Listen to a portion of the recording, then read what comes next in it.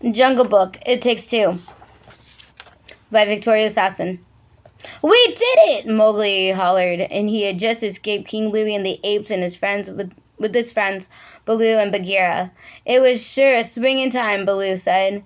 Bagheera said less enthusiastically, next time let's stick to the plan, and we're lucky to be alive.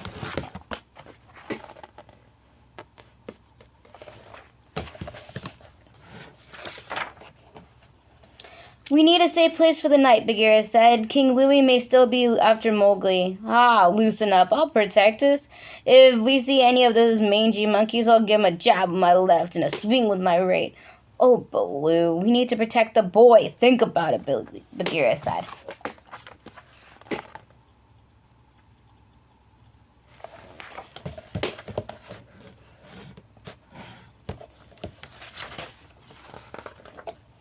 Mowgli sighed. He didn't need protecting. Why, with his brawn and he could fight like a bear, when his with brains he could plan like a tiger and a panther. If only they would just give him a chance. Just then Mowgli heard something, a rustling above his head in the trees. Mowgli giggled. It's a flying squirrel glided above him and landed on a branch. I want to try that, he shouted. Mowgli climbed the tree and grabbed the vine. And try as he might, he kept crashing into the ground.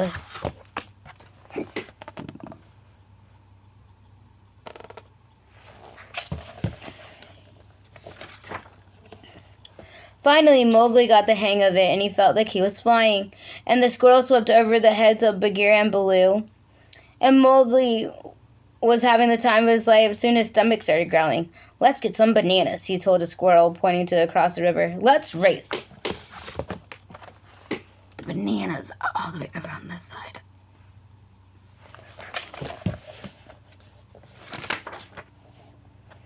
But there was one problem. Mowgli and his new friend didn't know how to get across the river. Mowgli looked across and at the vine. He got an idea. Let's swing, Mowgli said. On the count of 3. 1, 2, 3. And Mowgli swung across the water. His hand slipped and he fell into the river. Kaa the snake was watching Mowgli, and this was his chance to get the man cub. Oh, sure. Always get him when he's down, right?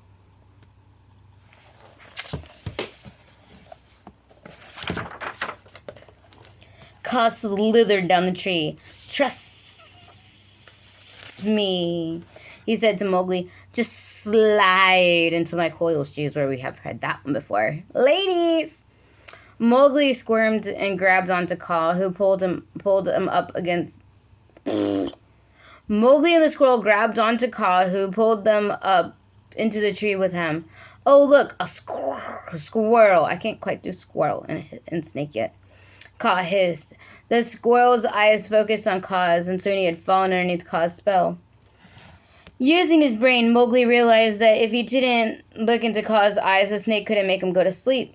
And by using his brawn, Mowgli wrapped Kaa's tail around a stone and dropped it, and the snake fell out of the tree. Some thanks I get, Kaa muttered.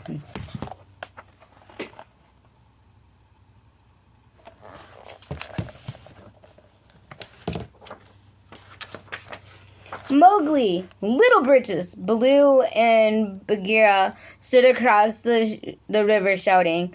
They had been worried about Mowgli. I'm over here, Mowgli hollered. I used my brains and my brawn to save. What? We can't hear you, said Baloo. Mowgli turned to look at his new friends. Thanks for teaching me how to glide. I hope we meet again, he said. Maybe next time I'll try gliding without the vine. The squirrel chittered away, and Mowgli then flew high above the ground. Mowgli said, watching the squirrel take flight. Maybe that's not such a bad idea. Maybe that's not such a good idea after all. Without a vine, yeah, not likely. Not likely. Mowgli made his way downriver, past the waterfalls, and onto the next side of the river. Bagheera and Baloo followed him, and they reached a part of the calm water, and Mowgli swung and swam with his friends. Mowgli threw himself into Baloo's arms. He'd had so much of an adventure, and he was glad to be back with his friends.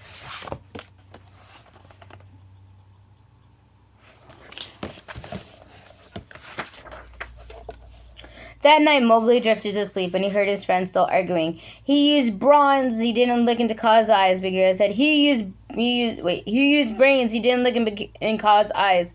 Bagheera said. He used bronze. He used a big rock to get rid of Kaa. Baloo argued. Mowgli smiled. He had used his brains and his bronze to save himself and his new friend today. The end.